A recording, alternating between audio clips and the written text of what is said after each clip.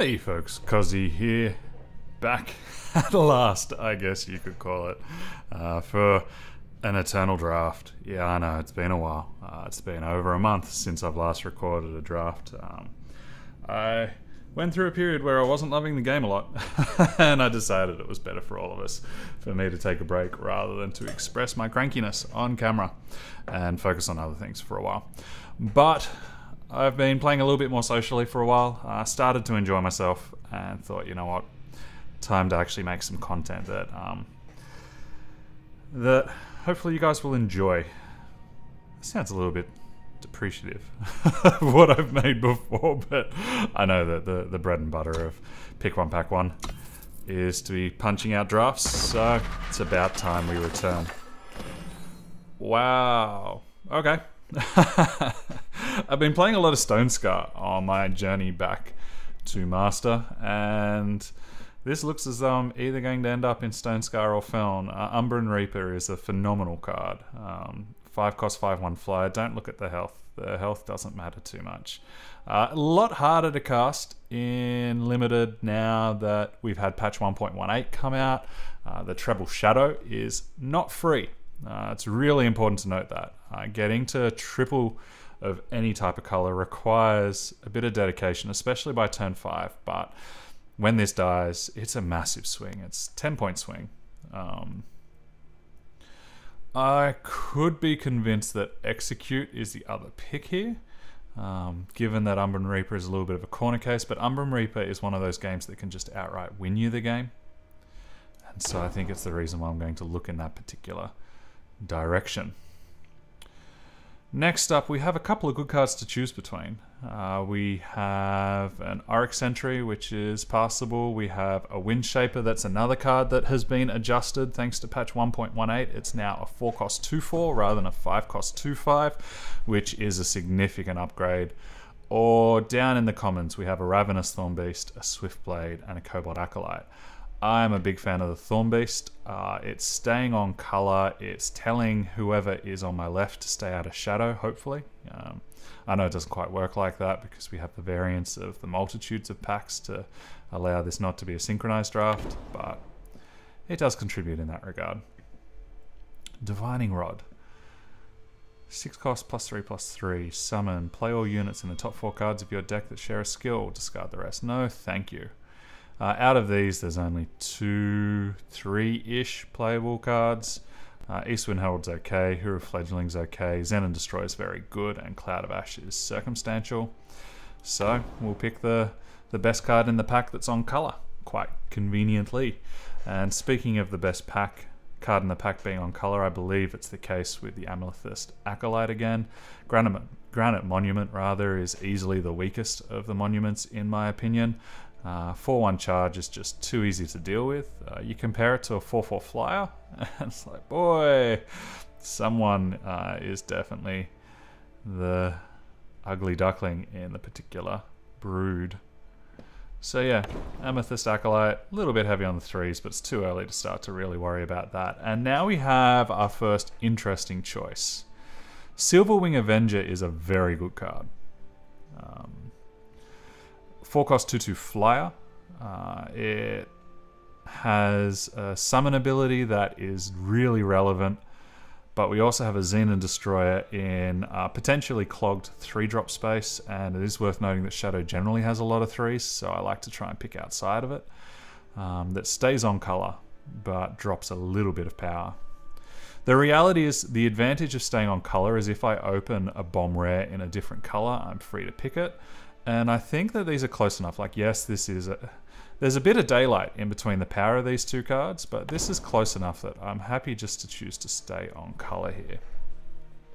Alchemical Blast is a tolerable card that's always going to make the list. I don't think I've ever cut one, but isn't exciting. Sabotage is much more exciting in Constructed than it is in Limited. Teleport is conditional removal, or Crowd Favorite is a reasonable card if we end up going down Stonescar weapons to look at stash style builds, and I'm happy to consider that, so we'll pick that speculatively for the time being.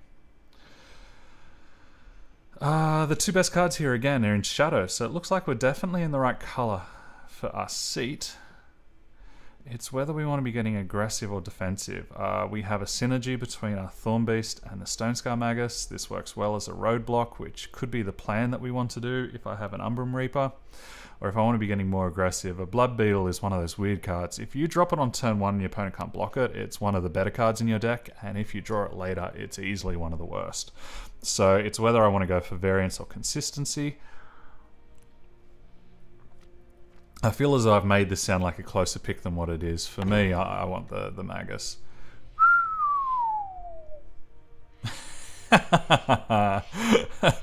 Thank you. And it's a foil. I'll definitely be taking that. And here the best card is nothing.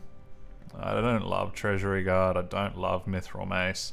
We're already a little bit expensive, so if I am to go 2 colors, it's most likely on the Treasury Guard. And out of these, neither, to be perfectly honest. Fevered Scout is underwhelming. But we'll see what we can open up in this pack and whether anything leads me away. Not massively. I think Ferocious Stranger, 6 cost 8/4, that has potential upside and potential downside is okay. I don't know. It's double coloured. This is just me trying to look at the card and its merits. Probably the Battle Burr would be the card I'd be most excited. Argenport Soldier is actually quite good. Well, not quite good. Slightly above playable. I need to be more careful with my language again. Otherwise, I think the Cobalt Acolyte or the Blood Beetle are the pick, which is not an exciting first pack. Or first pick from our pack. Acolyte definitely has the higher upside. You know, to be able to put flying on a Zen and Destroyer or something like that is pretty backbreaking against a lot of decks. It is another dabble in a different color. Blood Beetle is the one that I know will probably be played in my deck. Let's go for upside now. We got plenty of time.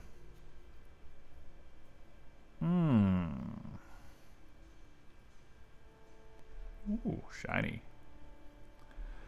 Okay. The best cards.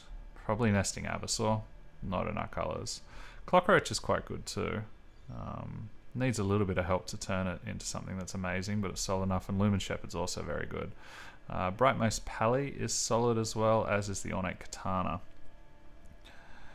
Not seeing any shadow at all. The only card picked here was an uncommon, so we know that people on my immediate left are definitely not looking at time. And yeah, perhaps, I can't believe that they'd be in shadow. If I want to be looking towards this crowd favorite, Ornate Katana is the kind of pick. I did see a good Justice card go through late. I haven't seen a lot of good fire cards go through late in the other direction.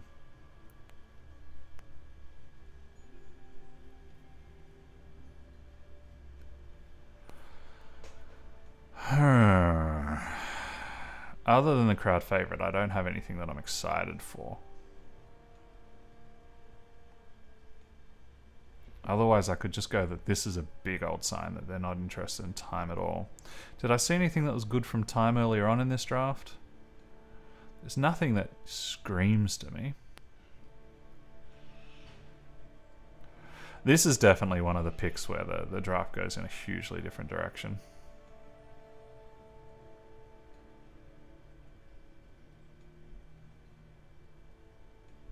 This has a synergy with my Ravenous Thornbeast because I can get my free Wisp and then eat it.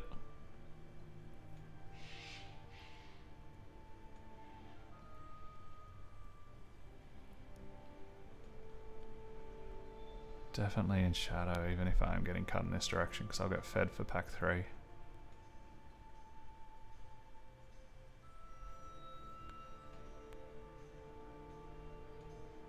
Huh.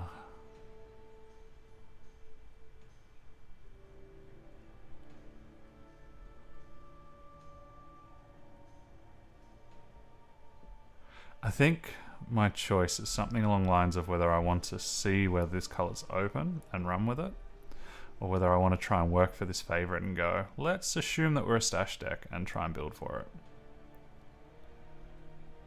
Favorite is a great card if we can get it to work, so let's give it a shot. This is a much easier decision for us, having some premium removal come through. Happy to not have to think remotely as hard there. And I think the Granadon Drone is fine for me. Elysian is achingly open, but it's far too late for us. Far, far, far too late. So yeah, we'll take the drone. And we get an execute, which is nice. And a Blackguard sidearm, am I happy taking that? Yeah, I'm pretty happy taking that. I don't feel as though there's a lot of opportunity cost. The Granite Acolyte is a good pick. Primal is quite open seeing those. But we're still getting fed. It's not as though we're getting nothing. I'm not a fan of Merciless Stranger, but I'm also not a fan of any other cards here. So we'll take the unit.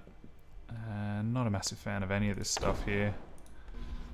But I do like getting a late ornate katana. Now the one thing that I'm really missing are early units. Especially having a pair of ornate katanas, that's definitely what I want to be looking for. We're not getting any love whatsoever in the rares for where we're looking at heading. Most of these are good cards as well. Very good cards, good card. But we got a rapid shot, which is better than nothing. And as I said, we want to keep in mind that I want some relatively cheap units. Happy enough to see a torch. So it looks like we've definitely committed to our avenue now. Ooh. Okay, so Zen and Obelisk is a bona fide bomb.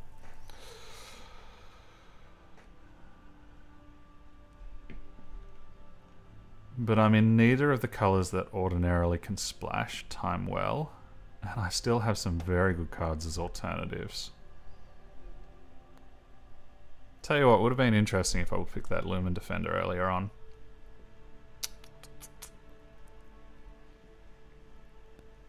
I think we just take the torch and be happy with it. And get a little bit nervous. I'm still not seeing many good cheap units. How many units do we have at all? 1, 2, 3, which is rubbish. 4, 5, 6, 7, 8, 9, 10, 11, 12. We're low, we're low. We're very low. And we're not looking like we're going to be ultra aggressive right now.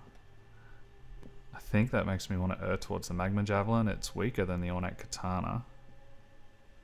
I'm not a massive fan of Guerrilla Fighter unless I'm playing aggressive, and this isn't beginning to look like an aggressive deck with me seeing so few 2s. I might need to just take Strangers out of principle. Yep. A really good 3 or a 2.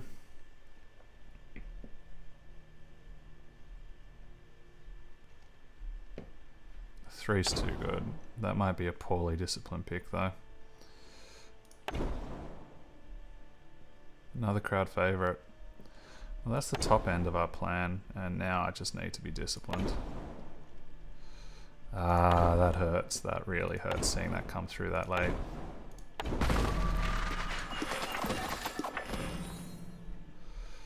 So I'm not playing the Sabotage. Jeez, we could have been fed if we were in these colours. We could have been fed so very well indeed. How disciplined a man am I? I said I want 2s. There's a Bladekin Apprentice, but the Plague is amazing, the Thornbeast is amazing, the Zen and Destroy is good, and I also have a Stranger. Am I just looking at a more controlling deck? Perhaps I'm being too optimistic. We have some good removal in the Torches.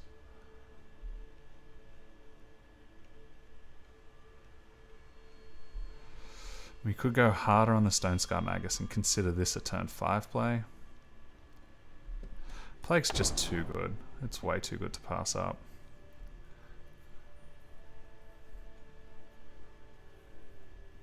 This does count as a 2-drop. It can kill something. That relieves me a lot, and I will take it over the Ravenous Thornbeast rather than saying that I need to be disciplined and never doing it. Happy to see that. Champion of Cunning. It's very late for me to hope to splash. I think I just need to be disciplined and take myself a 2-drop. Torrent of Spiders. We don't have a huge amount of units. The likelihood of it being 3 costs for 2 1/1s is pretty high, so instead we'll just take the Stranger. There's the card that might have helped us to splash, but it's a little bit too late for me now. None of those are exciting, so we'll just get rid of that. Very late Karmic Guardian. Sorry to whoever was hoping for that to come through. And a humbug.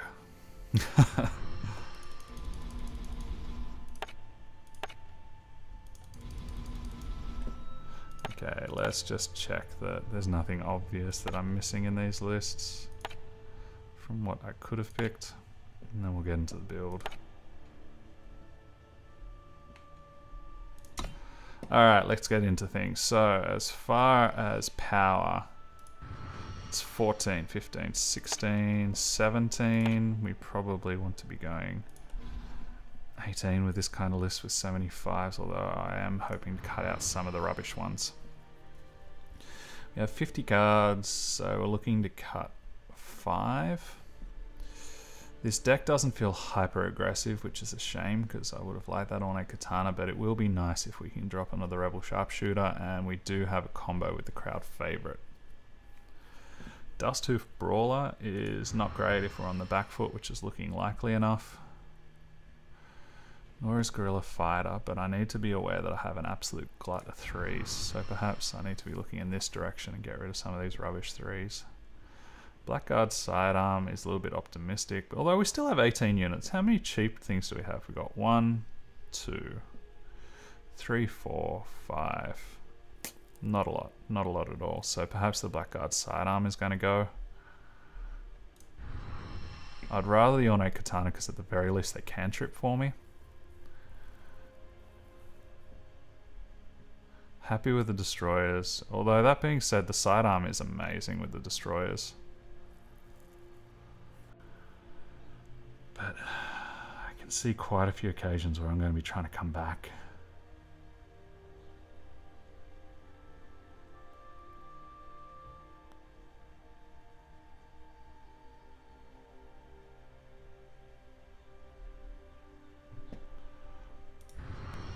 Despite saying earlier that I rarely cut it, I think I don't want it here. Is 2 crowd favorites too many? How much does this turn around the game for me? Doesn't turn it around a lot, hey. I think we can just chop one off at the top. Call it something like that. Because that's not a combo, playing the Charchain Flower, because it'll be a 0-1. We don't have any Warcry to beef it up, so... Drone Shot, Slumbering Stone is good, Torch is good, Annihilate is good. 2 drops are fine. And then, like, our 3s are solid. They really are for what they are. I just don't feel as though I've got a way of breaking open this game other than the Umbrum Reaper. I don't have a Dark Return to bring it back. We're going to be relying very heavily on our removal. But yeah, let's see how we go. Should be fun. Been Kozzi drafting for Pick 1 Pack 1. Nice to be back, folks, and I look forward to seeing how this one pans out in just a moment.